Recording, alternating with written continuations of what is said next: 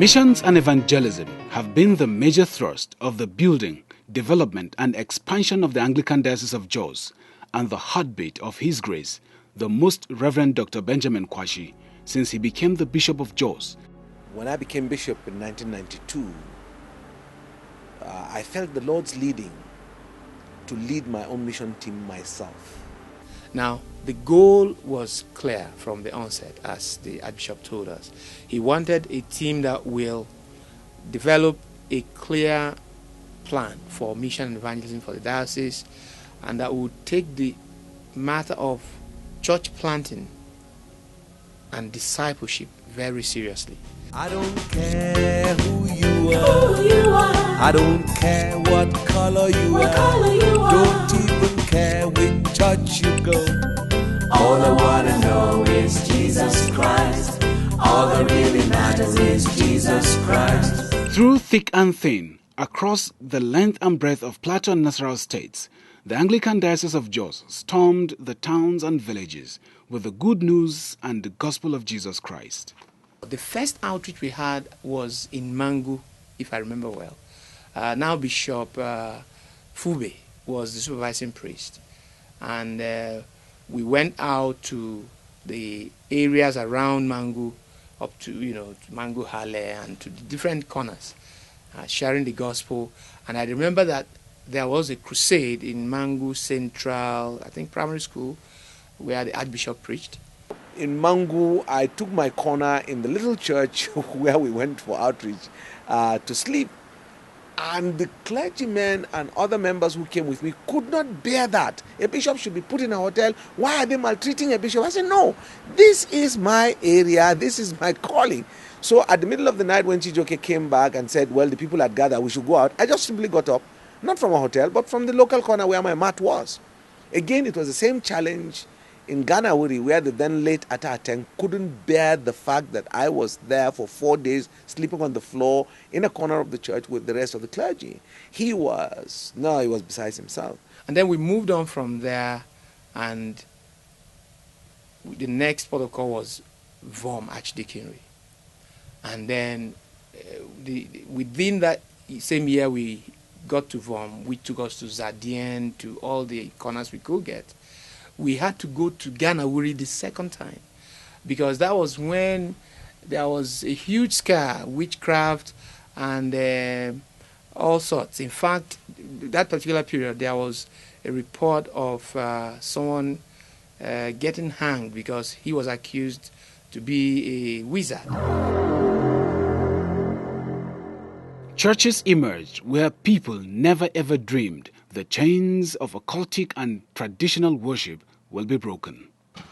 Actually, this place where we are worshiping, many people see us here, they think maybe here is where many people watching films, but we are worshiping here because God is living everywhere.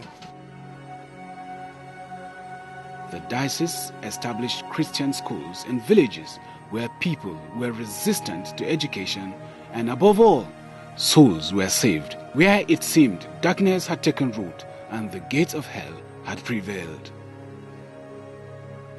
Even at this time and age, and despite modernization and civilization, there are communities and families that do not know Jesus and have therefore not received Him as their personal Lord and Savior. The expansion of Jos Diocese before the creation of Nasarawa State and the subsequent creation of Langtang, Pangshan and Bukuru dioceses was enormous. And it was this expansion and planting of so many churches that created room for the creation of the missionary dioceses for effective management of the churches and further expansion of the gospel. He should greet members of the church that they should finish it quickly,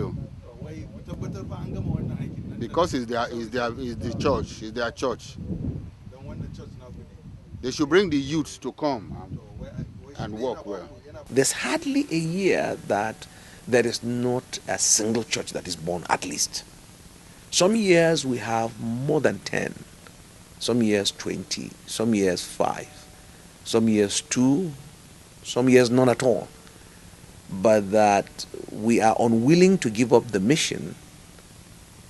To that we are committed. We are totally unwilling to give up doing mission.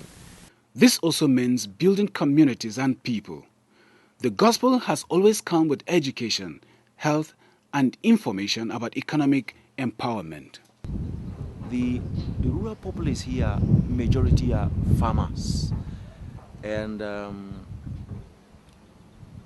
sometimes it's very, very difficult for them because of the terrain. Sometimes where we plant our churches, the hill areas, and you find out that you can hardly get there because of the roads are bad. Especially during the rainy season, the roads are terribly bad, and they are a poor people, and they need to be helped in skill acquisition. We are hoping to start a women vocational training center where women will come to acquire skills. I don't care who you are. I don't care what color you are. Don't even care which church you go. This is the total gospel that the Jos Diocese has always carried. This is what has always brought transformation in many communities in the last 10 years. Looking up to another decade of evangelism and mission, His Grace, the Most Reverend Dr. Benjamin Kwashi explains. Looking at the next decade, I would tell you that when I came to Jos in 1992, the population of Jos city town was about 500,000. Right now, it's about 1 million, a little more. And there is a population explosion. At that time, when I came in 92, there were just 3 congregations existing. The 4th one was in the making. And there was 500,000 people. Now we have, in the main city, we have close to about 16 churches with over 1 million people. So really, we are still even then behind. There is also the existential problem of young people who are clueless as to directions in life. They are nearly hopeless. They are jobless. Most of them unemployable. And only the gospel can bring hope and salvation to these people. They cut across tribes.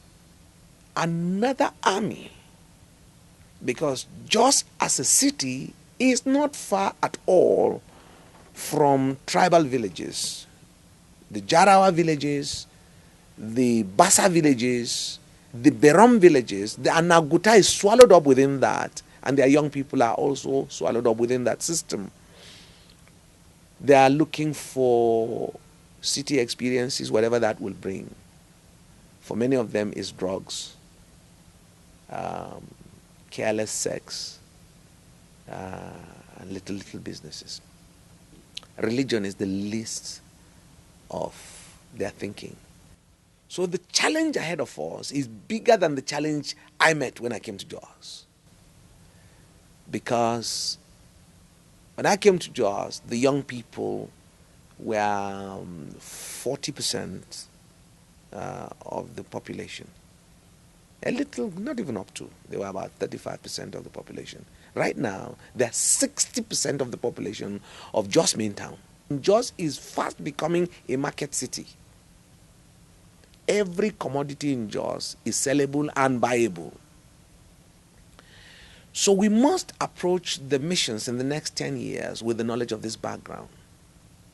But let me also say very quickly that wherever drugs are, guns are not far away. And young people now who go into drugs are getting into guns or fighting or knives. So our focus must be on young people and the very young people, ages 0 to 13, and then ages 13 to 25. If we are not able to catch them there, catching them at 30 is very tough. Because if we can get them away from drugs from age 0 to 20 to 25, they will be away from drugs for the rest of their lives. If they were introduced to drugs in their teenagers, we can still catch them before 25. But if they still insist on their drugs after 25, we are to blame. And I'm looking at total explosion mission. Media, music, education,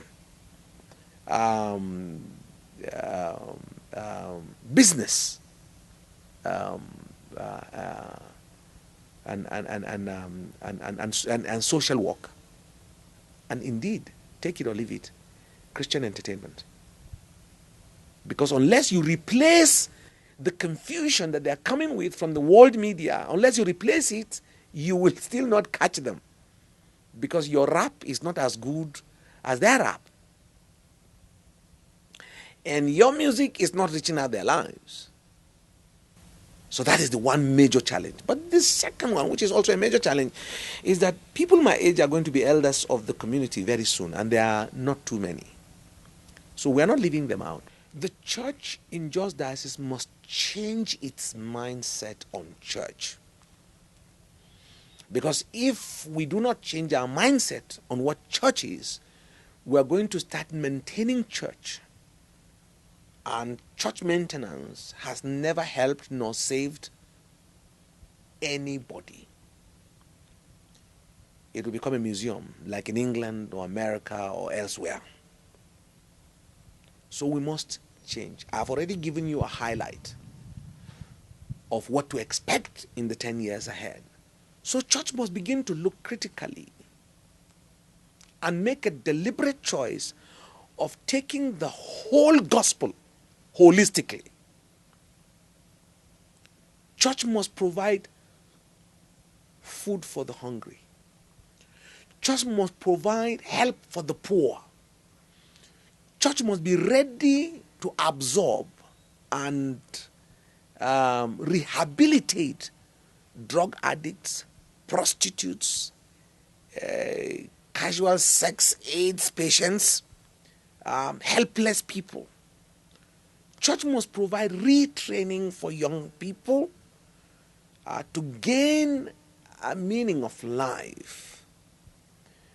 Church must begin to look at church in a smaller context as families rather than having a huge cathedral and big numbers. Those things happen in America, but here we're looking at how can we get to the young people, to the small babies, to the single mother.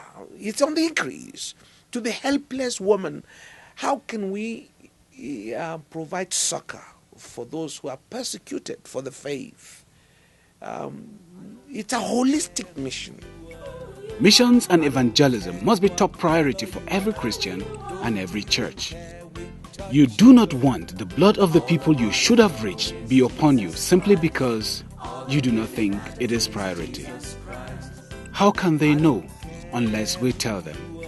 Unless you reach them. Color you are. Don't even care which church you go. All I wanna know is Jesus Christ. All the real